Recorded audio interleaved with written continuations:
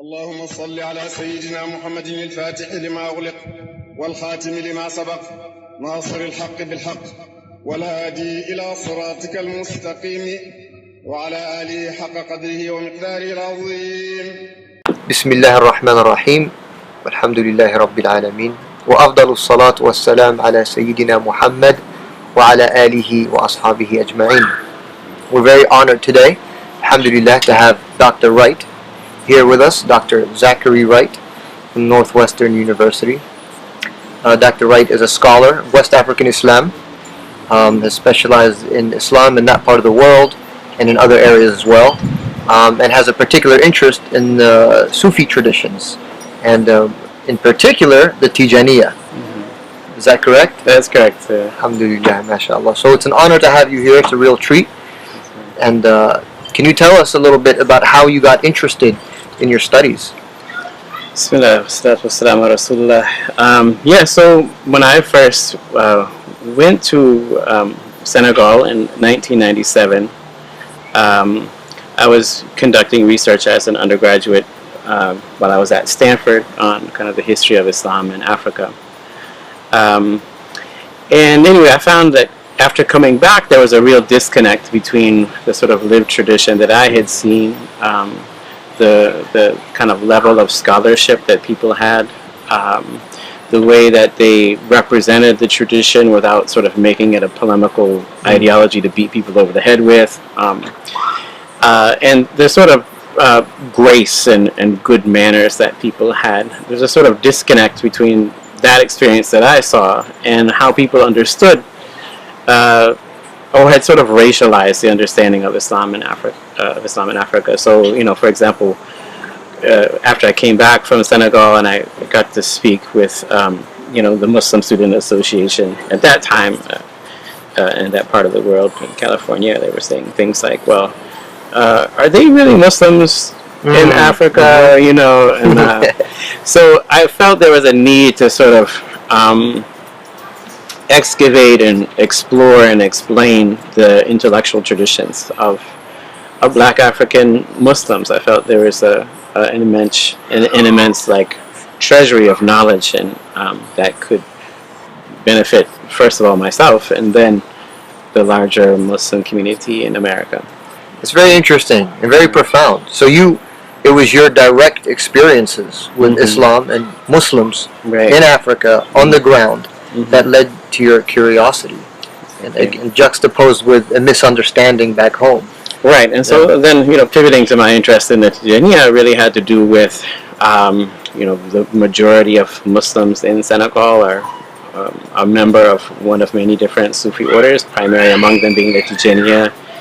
And so the story of African Muslim identities, whether you like it or not, is inextricably linked to the Tijaniya itself, because the majority of, I think we could, I mean, it's difficult to do a census, but it seems to be the majority of Black African Muslims on the continent today are members of the Tijaniya. MashaAllah. Yeah, so the ways in which the Tijaniya gets represented by the larger Muslim community and by academic scholarship is, you know, linked to how we understand African Muslim identities. And so, you know, unraveling those two becomes important.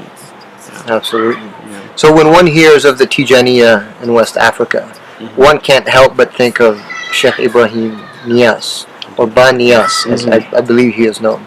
Can you tell us a little bit about him and his role in the Tijaniya in Western Africa? Right. So my primary field research from the beginning had always been with the community of Sheikh Ibrahim Niyas. I ended up going, my first travel outside of America was to the spiritual heart of the community of Sheikh Ibrahim Niyas. And those of you that are not aware of, you know, not aware of him, he claimed to have had 60 million followers at the time of his death in 1975. Wow. So that really dwarfs any other Muslim organization in the world in the 20th century. It's much more than the Muslim Brotherhood, much more than any of the Muslim networks that get a lot of media attention.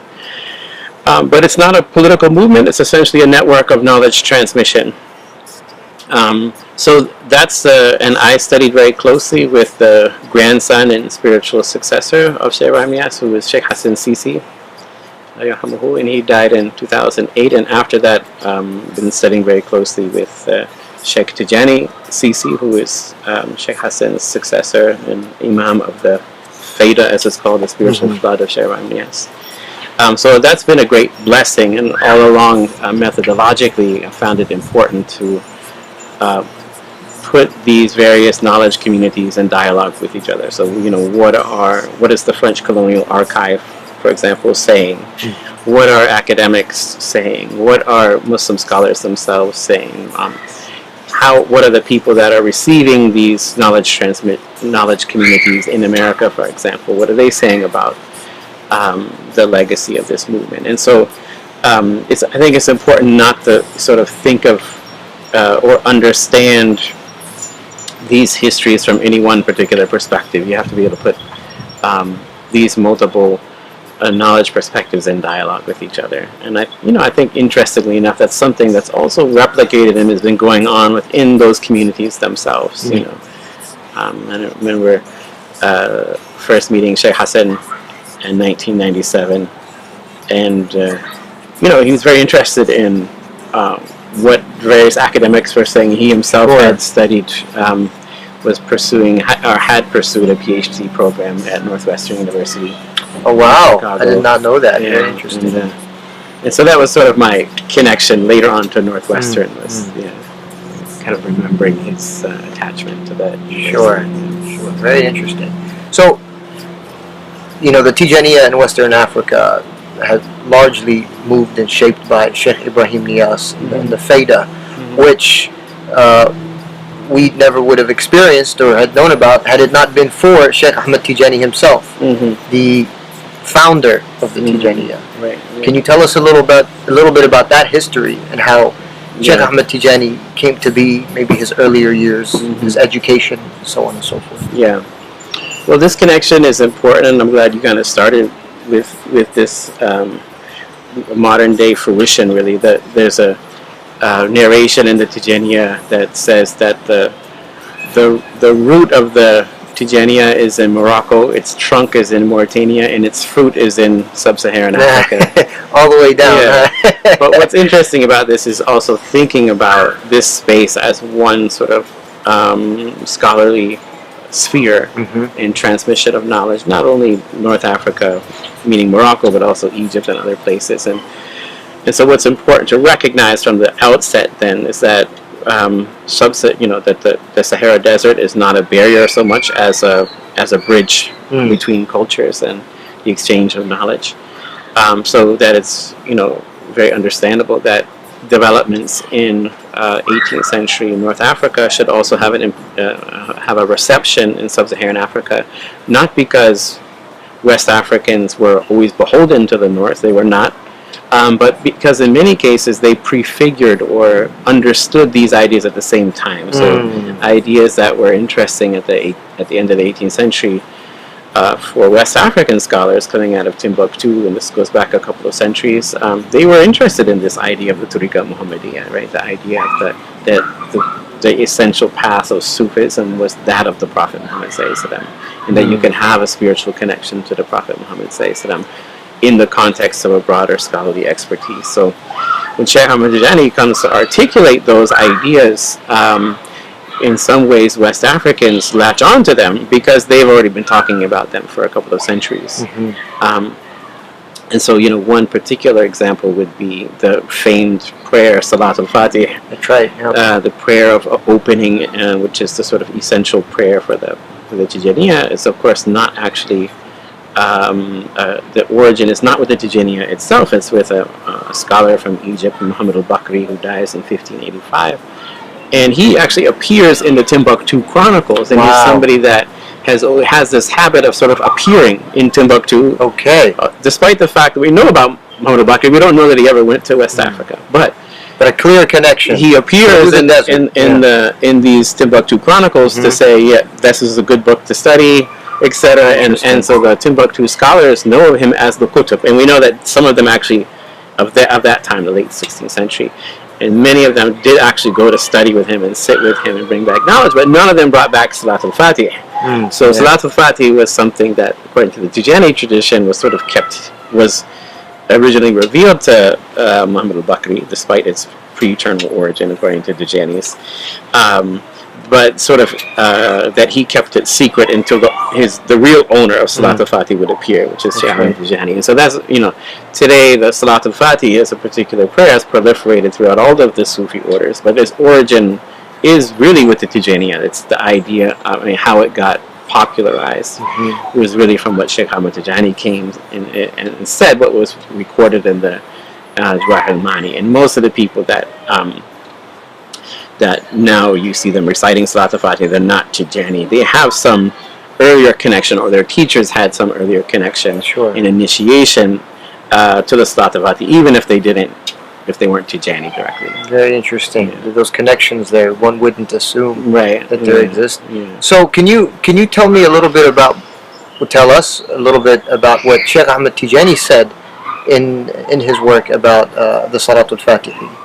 So we know that it was Shaykh Muhammad al-Bakri who received it, but how did he receive it, and how was it known to be the property of someone else's, for lack of a better phrase? Well, what Shaykh Ahmad Tijani relates about it is that he was, in search of the best way to send prayers upon the Prophet, and one of the things about the tariqa Muhammadiyya, as he articulated it, it's been sort of in vogue to talk about the tariqa Muhammadiyya as this 18th century phenomenon, and so for example you have the Sanusiya, various versions of the Idrisiya and others, and that it's sort of the assumption being that it's one sort of coherent ideological movement. Of course it's not, right? It means different things for different people. But one of the consistent things is that Sufism broadly by the 18th century had come to recognize that the best prayer, or the best way of getting access to Allah, was through the prayer upon the Prophet, the invocation of blessings upon the Prophet. And so Shaykh Ahmad Tijani, like many others, was going through a process of tahqiq, or of verification, or of searching what are the foundations of, and this was a process that extended beyond Sufism, by the way. But so he was searching for the best form of prayer upon the Prophet, and he would go through different ones, Dalail al-Khairat and others, and he had certain books, and so he came across Salat al-Fatih, and he said this was he recognized it's very powerful.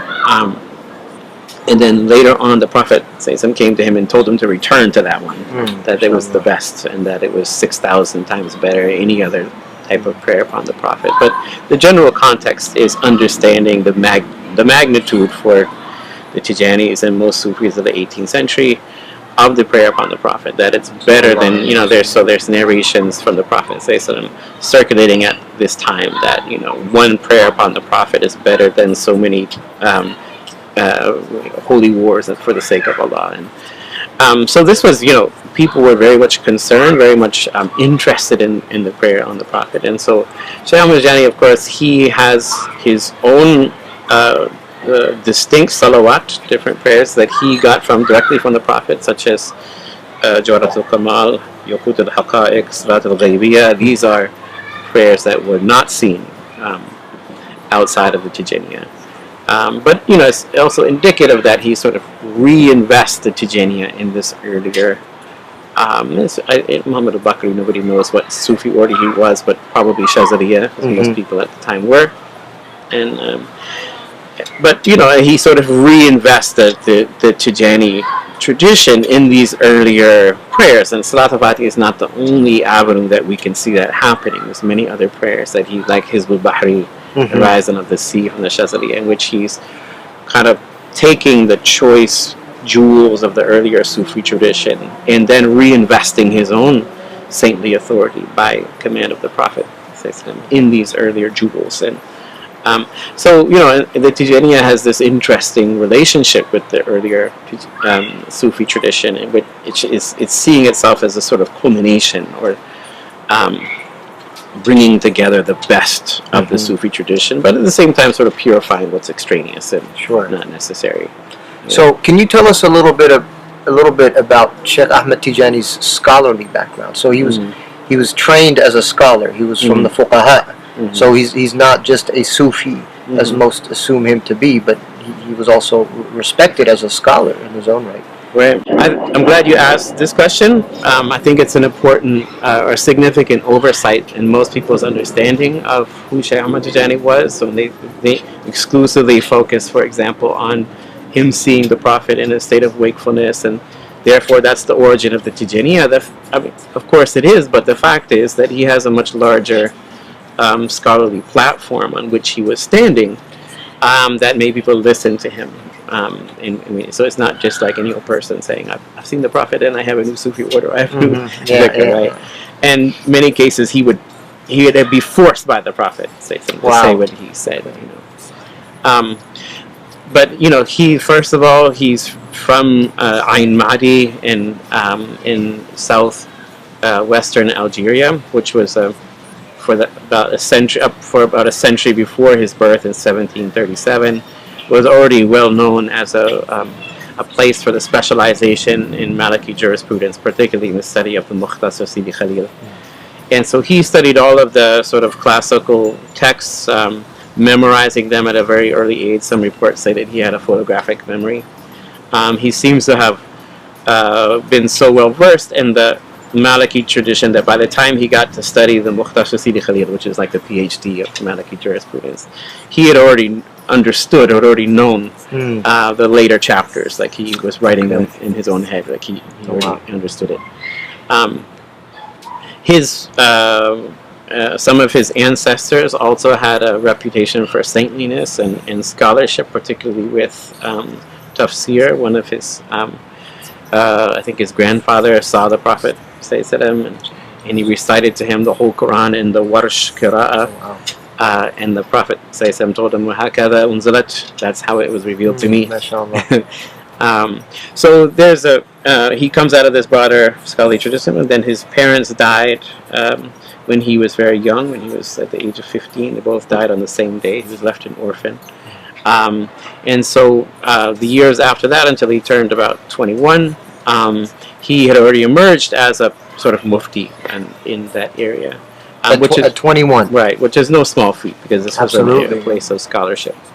But then he wants to go find other types of knowledge, and particularly with the Sufi path, to seek out the righteous people of God. Also to visit Fez, which was known at that time as the sort of Baghdad of the Maghreb. So there's a revival of hadith study going on at this time. There's Maliki fiqh, of course. There's all sorts of things going on he wants to be a part of and connect with. So his search of knowledge after, when he leaves Ain Mahdi, when he turns 21, and he goes back there many times, but that after he turns 21 he really never comes to live in Ain Mahdi the same way. And his search of knowledge leads him to the study of, and this is not actually attested to in the Jawahir al-Mani, but it's clear from other sources that he did study Ash'ari theology quite thoroughly. Okay. The Aqidat al-Sughra, Muhammad al-Sanusi, and many other texts of theology. He was also interested in like the Tazkirat Ulul al-Albab is an early book of pharmacology from this 16th century, written by Dawood Antaki, who was from Antioch and died in Mecca. That was one of the last books he was reading at the time before he passed. So he had a very wide scholarly training and interest, and he was, before he became known as a exclusively, or I want to say at the same time he was emerging as a Sufi sheikh. He was known in particular for his teaching of the Kitab al-Hikam, and that when he was about 37, he made the pilgrimage east and stayed in Tunis for a while, and the Bey of Tunis offered him a full salaried, professor position, he was so impressed with his teaching of Kitab al-Hikam. Then he refused it to keep going on his Hajj. And he was also particularly known for his tafsir. And so when he first comes into Fez to finally settle in 1798, he's invited as a way of testing him, really, to the Mawli Suleiman, the king of Morocco at that time, had a scholarly council And there were named Ibn Kiran, who was a very famous scholar of tafsir, was the head of tafsir for the Qarawin University, and he was giving the tafsir at the time, and Shaykh Ahmad Tijani corrected him in that setting. Wow. And so it induced a sort of enduring enmity between Ibn Kiran and Shaykh Ahmad Tijani. Was the mistake, so the mistake on Ibn Kiran's part wasn't on purpose, it was a blatant... According to the Tijani text, he says, well, Ibn Kiran was delighting in his departure from the exegetical tradition and in making tafsir of Surat al-Nas. And Shaykh Ahmad Tijani just reminded him that you've gone beyond what the previous exegetes have said, and you don't have any basis in the text for what you said. So in this narration, Shaykh Ahmad Tijani comes across as a very kind of conservative textualist. Yeah. But Muhammad as-Sanusi, who would later become known as the founder of the Sanusiya Sufi order, actually studied with Shaykh Ahmad Tijani in Fez, never took the Tijaniya, but he said, I took the Quran from Shaykh Ahmad Tijani after he took it from the Prophet. Wow, so, powerful statement. And I think this is interesting because it demonstrates that Shaykh Ahmad Tijani was seen as having a wide benefit for the scholarly communities of Fez and of North Africa more broadly, whether or not these people became Tijani or not. So Sanusi was aware of Shaykh Ahmad Tijani's, I guess, spiritual station if he's affirming that he had received the Quran from the Prophet. Yeah, whether the full extent, I don't know, but he clearly was aware that Shaykh Ahmad Tijani was in communication with the Prophet. Well, let's pivot into that direction a little bit. What are some of the claims made by the Tijaniya and Shaykh Ahmad Tijani in particular about his relationship with the Prophet and his station? Well, many things, of course, and I think these claims are important to be understood in context. But for me, the essence of these claims is that the Prophet comes to him and says, I am your murabbi, I am your sheikh, essentially, and you can leave off anything you've taken from any other sheikh because I'm your only sheikh. And he says, in subsequent narrations, that you are my true khalifa, and I've never given anybody a khalafa like I'm giving to you. And so that's the essence of the spiritual claims that Shaykh Ahmad Tijani makes, which, by command of the Prophet, which have to do with being invested with the seal of the saints, the pole of poles, Qutb al-Aqtab, and the Qutb al-Maktum, the hidden pole, which is doesn't seem to have been talked about as much in the Sufi tradition, if at all, before Shaykh Ahmad Tijani. The essence of the claims that are made for the Tijaniya more broadly is the Prophet coming to Shaykh Ahmad Tijani and saying, this is my order, right? This is my path, the Tariqa Tijani. So there's no such thing as Tariqa Tijaniya in truth. It's the Tariqa Muhammadiyya. It's the path of the Prophet. And Ali Harazim, who is Shaykh Ahmad Tijani's closest disciple, he says, I found a paper where Shaykh Ahmad Tijani had written Tariqa Muhammadiyya. And so my path is the way, it's the path of the Prophet. It was given to me by the Prophet. And my companion, my disciples are his disciples, and my fuqara are his fuqara.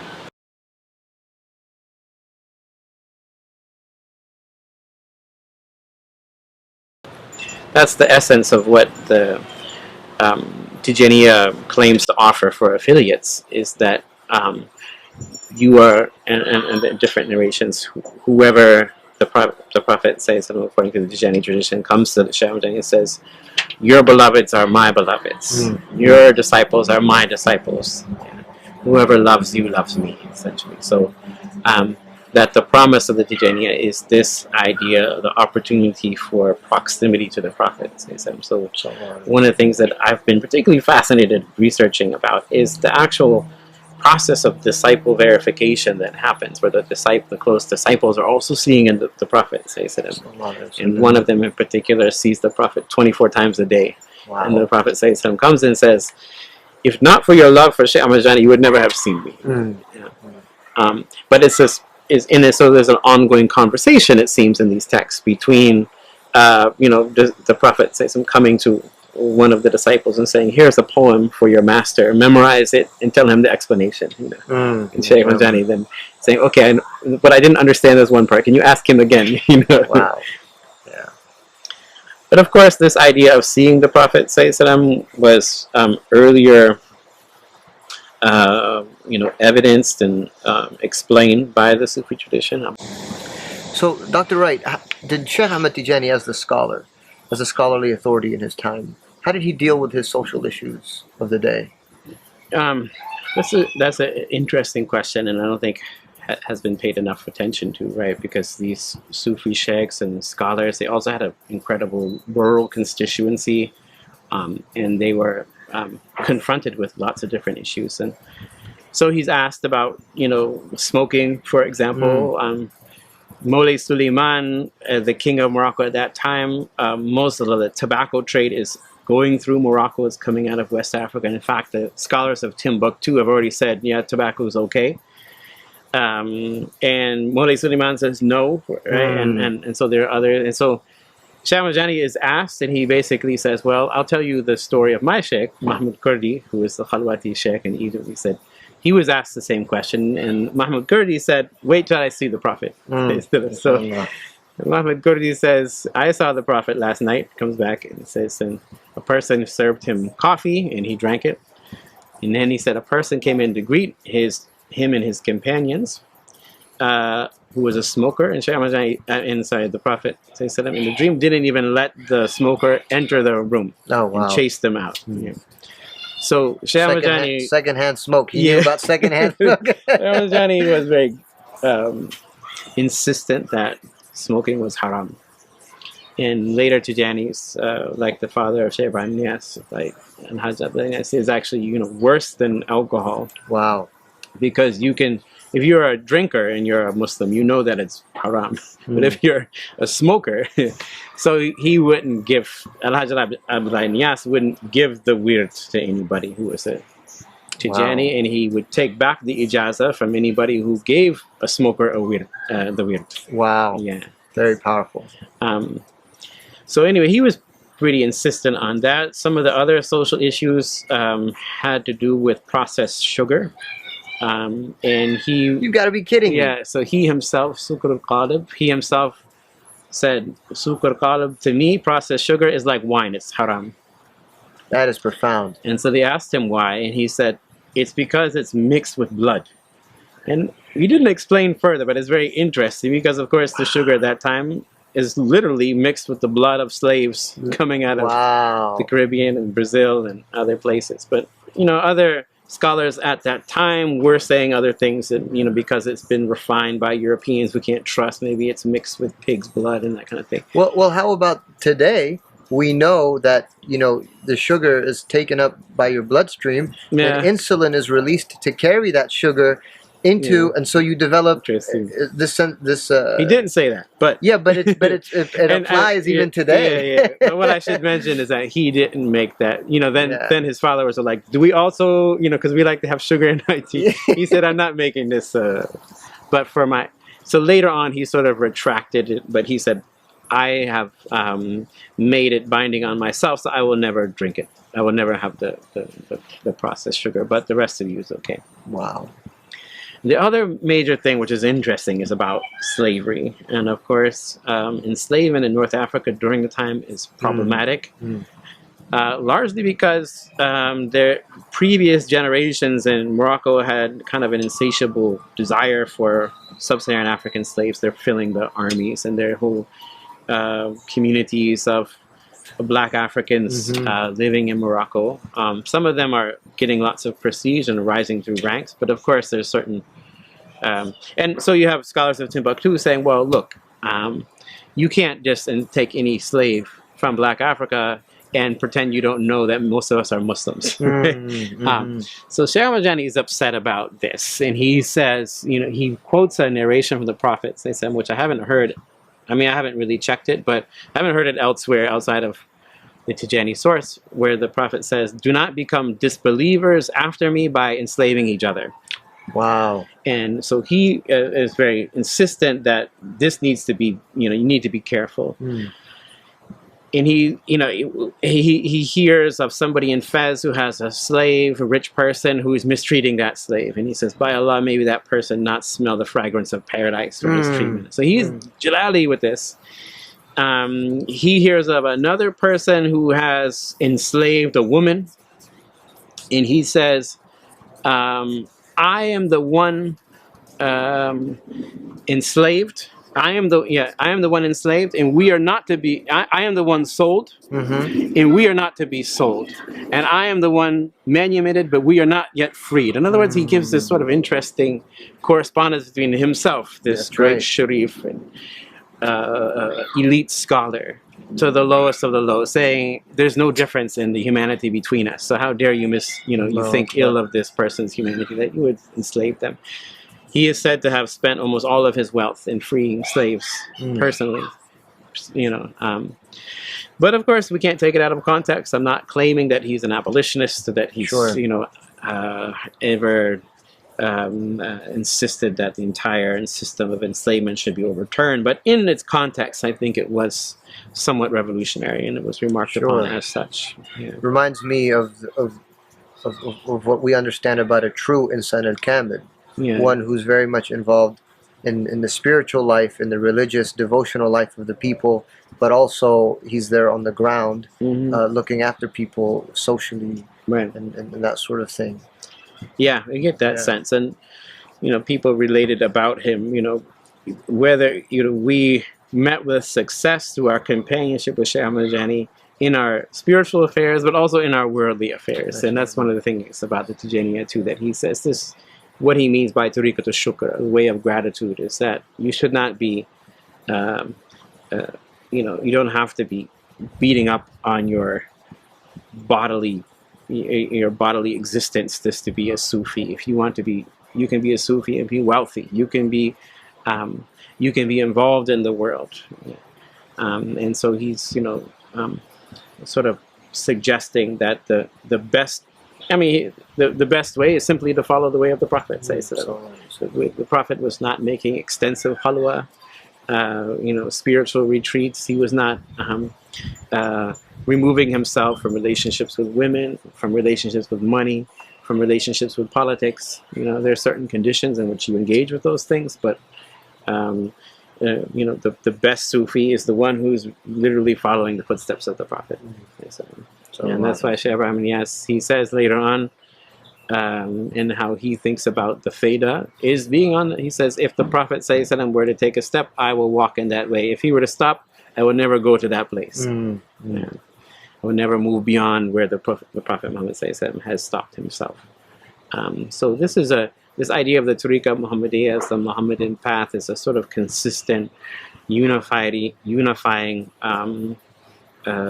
practice that I think Tijanis have tried to implement wherever they've spread in history. Inshallah. And we definitely see that today in Senegal with the Tijani Sheikh Ahmed Tijani, Sheikh Tijani Cisse in Senegal, and how he's involved in all aspects of people's lives, and he's instrumental in the success of the community there. Yeah. Right. So, and if people have certain presumptions about what is Sufism, that you can only be wearing woolen garments and you can only be riding the donkey, then of course when they see what is really the leading sheikh of the Tijaniya today, Sheikh Tijani Cisse in Senegal, and when they see somebody like that, of course he's dressed very beautifully, and yes, using his money to build mosques, to build schools, to help dig wells and all sorts of things. Feed people day after day. That is difficult to understand, but for him and for most Tijanis, this is the way of the Prophet at this time. Is to be using the world for the benefit of Islam, not to be renouncing it completely.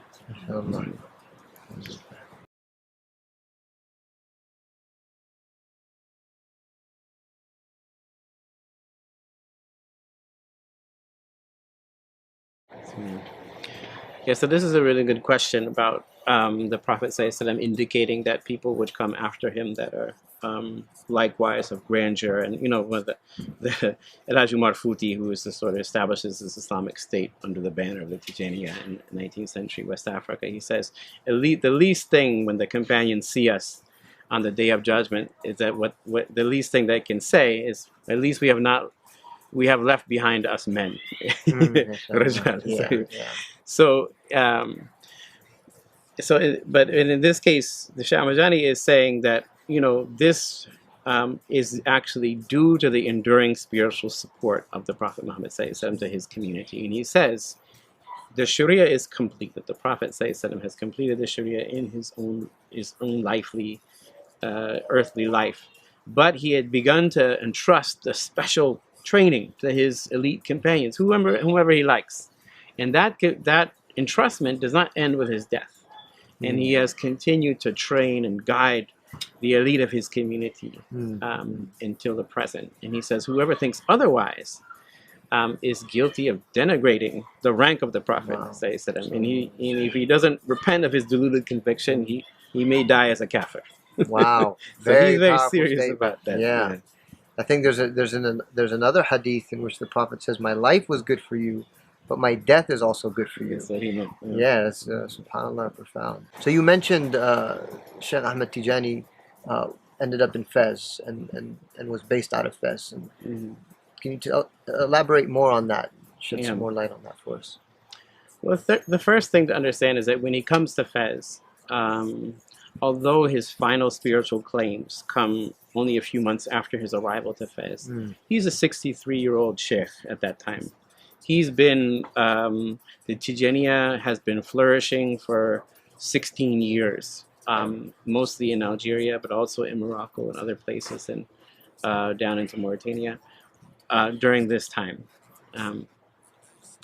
So he has already established a very impressive network of scholarship and of following in Algeria in particular. And so when he gets to Fez, he has a certain reputation already. And so there's a very famous scholar who dies before Sheikh Ahmed Tijani, but when Sheikh Ahmed Tijani is first there, he's known as one of the great scholars of Fez, and he's actually a Shinkiti, and he's sort of Mauritanian, Abdurrahman al-Shinkiti. So, and actually Muhammad al-Hafiz al-Shinkiti, who was the first one really to bring the Tijaniya down into what is now Mauritania, he seeks out Sheikh Ahmed Tijani because of what he hears from about Abdurrahman al-Shinkiti. Abdurrahman al-Shinkiti is a Fezi scholar, despite his and so he's gathered around him some of the great ulama of Fez, and they study with him. And he has he's based out of one of the mosques in Fez. And so when Sheikh Ahmed Tijani first comes to Fez, one of the narrations that he comes and he prays 2 rakahs in the mosque, and Abdurrahman al-Shinkiti is teaching in the mosque. So Abdurrahman al-Shinkiti, after Sheikh Ahmed Tijani finishes his 2 rakahs, he gets up and leaves his students and goes to sit with him and starts asking him questions. And he's satisfied with the answers, and he comes back to his students. And so the students say, look, Sheikh Abdurrahman, we only are going to you and lowering our gaze from any other sheikh because we think there's no person more knowledgeable in this city than you. And he says, you should shut up. He said, that man over there, there's no more person more knowledgeable than him on the face of the earth. Wow. Yeah. And so that kind of starts a reputation. And there are many scholars who come out to meet him even before he gets into Fez to sort of interview him. There are some of the ulama that are, like Ibn Kiran, are feel upstaged by him and never really reconcile with him. But really there are 3 major scholars in the Sultan's Council of Ulama when Sheikh Ahmed Tijani gets to Fez. They are Ibn Kiran, already mentioned, and he's the head of Tafsir of Qirawin. There is Ibn Shakrun, who is an older man and has trained earlier generations of ulama, Ibn Kiran among them. And so Ibn Shakrun says basically, I'm not a Tijani, but I respect his scholarship, and nobody has a right to say anything bad about him. Yeah. And the third one is Hamdun ibn al-Hajj. And Hamdun ibn al-Hajj is kind of very shadid, and he becomes the muhtasib, right, the market inspector for a time. He's also known as the greatest Maliki jurist, faqih of Fez at the time, and probably of Morocco. And he becomes a Tijani. He becomes a Tijani. Interesting. And writes poetry about Shaykh Ahmad Tijani. He softens him up. Shaykh Ahmad. What about the Sultan himself at the time? What was his relationship like with the Tijaniya? Yeah, considering Shaykh Ahmad Tijani makes a big splash when he comes in, so things are. Well, what we know with beyond dispute is that Mawlay Suleiman invites him to the Council of Ulama and gives him a position there. So he respects his scholarship. What we know beyond doubt is that he gave him a house. And so there, but after that, and Shaykh Ahmad Tijani accepted the house by the permission of the Prophet, provided that he paid the rent in sadaqah every day. So the Prophet is directing his worldly affairs as well. Yeah. Interesting. Yeah, and sorry to cut you off, but it's an important point. So so beyond, after that, accounts diverge. The Nasiriyya tradition, which is the sort of dominant branch of the Shazaliyya, remember him having stayed in the Nasiriyya. The Tijani tradition produces a series of letters between Shaykh Ahmad Tijani and Mawlay Suleiman, to the fact that Mawlay Suleiman did become a Tijani. But, you know, that's open for interpretation. But among these letters are very interesting things, that Mawlay Suleiman actually went through a series of, he gave Shaykh Ahmad Tijani a series of tests, you know, and among them was giving him a lot of money, and Shaykh Ahmad Tijani returns it, you know, you know, basically he's challenging him, said, if your claims to truth are correct, then I also want to see the Prophet, my ancestor, because he's a Sharif too. And so Shaykh Ahmad says, okay, and he does it. But when the Prophet says, when his light comes in, Mawlay Suleiman faints. Oh, man. He says, no, you have to be with me. Shaykh Ahmad says, okay, no problem. So I'm personally convinced, just by the depth of the letter exchange and the depth of the detail, that's, I mean, that would have been difficult to sort of fabricate. And I think the person, Shaykh Ahmad Sukirj, that's relating that story, I mean, he has the apparatus of a critical historian in my mind. I mean, he's collecting textual evidences, primary sources, he's cross-checking oral tradition. So I'm personally, as a historian, I'm personally convinced that Mawlay Suleiman did become a Tijani, but, you know, it's open to interpretation.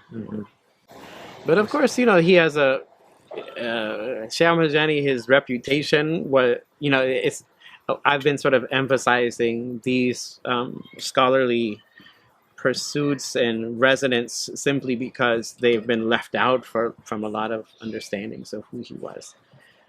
But he, of course, has an incredible saintly reputation.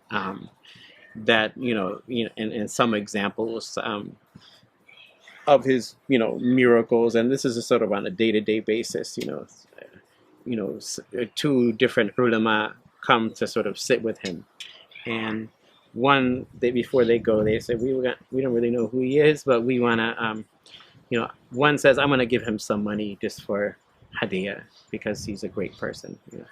And another says, well, I'm going to give him some hadiyah, but I can't have children, so I want him to pray for me to have a child, and then I'll know whether, you know. So the two of them come, and the one that gives the hadiyah is a very poor man, and he just gives him a few dirhams, and Shaykh Ahmad Tijani takes it, says, mashallah, may Allah accept. The second one gives a lot of money, he's very wealthy, you know. So the other, Shaykh Ahmad Tijani takes the money and gives it back to him and says, he doesn't know that the man has come for this prayer, but he says, we're not in the business. He says, I'm not in the business of selling children. Take your money back. And another time there's many of these stories. Another time somebody breaks into his house or steals his money, and he says something to the effect that, you know, I can catch anybody wherever they are. And the man is found outside of the door of Bab Mujadud, or Bab Futuh, same area, in Fez, dead on the ground. Wow. So people also, you know, there's no doubt he had Jalal, people who respected him, and maybe some feared him too. Yeah, absolutely.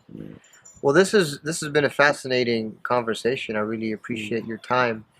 We should have mentioned probably at the outset of this that not only have you authored a work on the path of the Prophet, sallallahu alaihi wasallam, but you also working on something much more extensive regarding Sheikh Ahmed Tijani and the Tijaniya. Currently, correct? Right. So the first book is a good introduction to the kind of basic historical contours of the foundation of the Tijaniya, called On the Path of the Prophet. You can get it through Fada Books in Atlanta.